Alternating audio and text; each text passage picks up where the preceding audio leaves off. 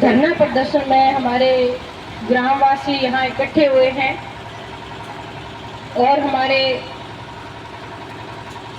शासक भाई साहब ने आप सब लोगों से संपर्क किया और जो ये मांग उठाई है, वाजिब मांग उठाई है, और यहाँ बैठे आप लोगों के चेहरे बता रहे हैं कि आप अपने घर मकान बचाने के लिए यहाँ आप लोग बैठे हो।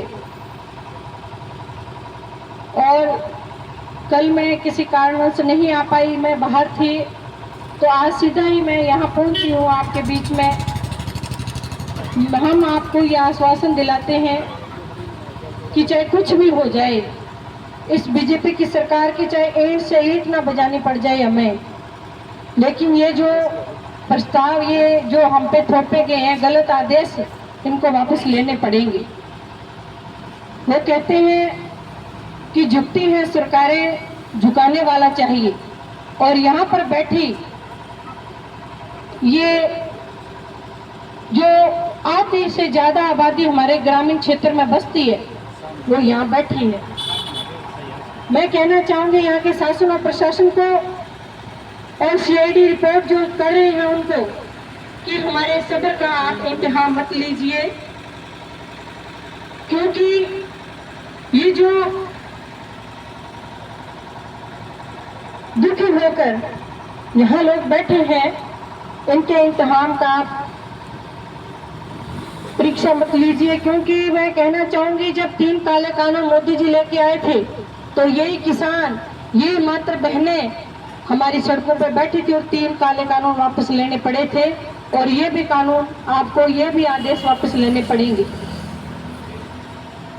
जब ये सरकारी विभाग सो रहा था, तो जब इन परिवारों को वहाँ बिजली कनेक्शन दिया गया, सड़कें दी गई, स्कूल, हॉस्पिटल, सब सुविधाएं जब इनको दी जा रही थी, तब आप सो रहे थे। जब ये आशियाना इनका बस गया, अपनी मेहनत मजदूरी से एक एक ईंट, आज महंगाई कितनी बढ़ चुकी है, किस प्रकार से इन्होंने अपना आशियाना बनाया, और जब ये बन गया आशियाना तो आप आज इनको उजाड़ने का काम कर रहे हो।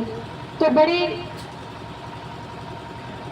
दुख की बात है कि बीजेपी की सरकार और सेंटर में बैठी ये मोदी सरकार सिर्फ उजाड़ने का काम किया, बसाने का काम नहीं किया। और मैं तो कहना चाहती हूँ, वो मोदी तो रंडुओ है, वो रंडुओ है, रंडवे ने ठाई कोनी की परिवार किया पड़सी, बच्चा किया पड़सी, परिवार क्या चीज हो है, बहन भतीजा क्या चीज हो है। और योगी और मोदी दोनों रंडवा है, और गलती अपनी है जिकी अपना रंडवा ने कुर्सियों पर बिठा दिया। प्रत्येक चीज आज किसान दुखी है, मजदूर दुखी है, बहन बेटियां दुखी है, छात्र भी ना ज्यादा दुखी है।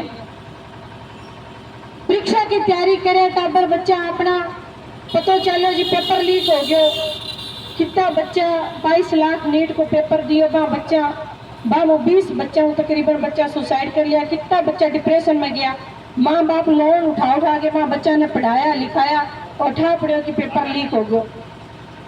तो मैं थारू निवेदन करूं, फर्ज मारो बने, मैं समाज से वहाँ आज मैं अपने आप में कहीं ना कहीं राजनेता भी बना, लेकिन मैं थारे सागे पीठ को नहीं दिखावांगा, थे जठे कोगा मैं बैठे खड़े रवांगा। और जब तक भाई सरस्वती जी ने मैं आश्वासन दिलावा, भैया थे अकेला कोई नहीं हो, मैं थारे सागे खड़ा भीड़ हो जाता और आवेगी, संपर्क करांगा, कॉल पर कॉल करांगा। और मैं थाना आश्वासन दिलाऊं, यहाँ से अपने जिस प्रकार से जो बनाता है उसकी वाहवाही भी करनी चाहिए। ऐसे धरना चला था और गहलोत जी ने जिला बनाया था और बीजेपी ने आते ही जिला तोड़ दिया हमारा। लेकिन आज इस शेड के नीचे हम बैठे हैं और ये प्रण लेके जाएं। देखो बैठना बहुत मुश्किल है, क्योंकि अपने खेत में काम भी है, माताओं बहनों को घर भी संभालना है। लेकिन अगर हम लोग कंधे से कंधा मिलाकर ड्यूटी वाइज यहाँ पे अपनी ड्यूटी देंगे तो निश्चित तौर से शासन को, प्रशासन को झुकना पड़ेगा।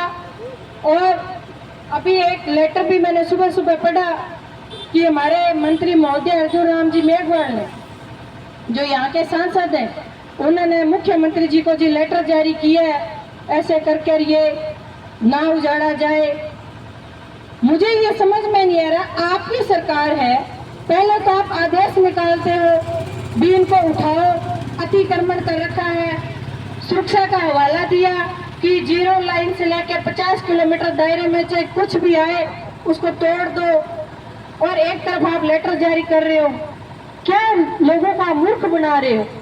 सिर्फ डरा धमका के ये वोटों की राजनीति करना चाहते हैं। एक तरफ ही तो कह देंगे कि लो जी हमने आदेश ऊपर से करवा दिया, आप लोगों के घर नहीं उजाड़ेंगे, और पहले आप लोग वोटर निकलवा रहे हो।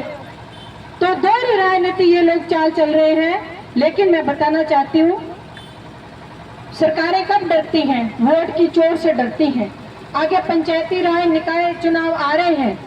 मैं आपको कहती हूँ, बीजेपी का कोई भी व्यक्ति आपके पास आए, पहले ये जो आदेश ये निकाले हैं घर खाली करवाने के, वो उनको दिखाना कि आपकी सरकार ने ये किया, पहले हमें इसका जवाब दो, फिर हमसे वोट मांगना। मैं ज्यादा ना कहते हुए यही कहूंगी कि अभी जो हालात बने हुए हैं देश के, बहुत नाजुक बने हुए हैं। चाहे हमें पानी मांगना हो, चाहे यूरिया मांगनी हो खेतों के लिए, चाहे हमें फसल बेचनी हो, हर बार धरना क्यों लगाना पड़ता है ये समझ में नहीं आती। क्या इन अधिकारियों के पास कोई रिपोर्ट नहीं? क्या सरकार के पास कोई रिपोर्ट नहीं होती कि किसानों को कब पानी चाहिए, कब उसकी फसल बिकनी चाहिए, कब उसको खाद स्प्रे चाहिए? तो ऐसी सरकार, बीजेपी की सरकार के हाथ में हमने सत्ता दे दी है, जिसकी वजह से आज हमें ये परेशानी हो रही है। मैं यहाँ पर वोट मांगने नहीं आई हूँ मेरे भाइयों, लेकिन जो गलत कर रहा है, जो गलत हुआ है और जो कर रहा है, उसके प्रति भी हमें सोचना चाहिए। हमारी बहन बैठे की तो ये अकल निकाल दी कि gas cylinder Modi ji free देगा और 15-15 लाख अपना रुपया खाता में आ जाएगा। और ये बुला के भी आप घोड़ा ग्रामीण लोग कहते भी जी ला गया, और ना तो गैस सिलेंडर सस्ता है, ना 15 लाख रुपए के खाता में आया, और सबने बंधु बनाया। और मोदी जी वोट लिया, आप कुर्सी पर बैठे आराम हो, बंद लोग आराम नोटबंदी करी, सारों ज्यादा आप लोग परेशान होया, पीछे सारों जो भी हो जिया को जिया वापिस जमा हो गयो। लेकिन आज अगर भ्रष्टाचारी की बात करा तो सबसे पहला बीजेपी को नाम मार लाग रहे, चाहे कट्ठा भी चले जो।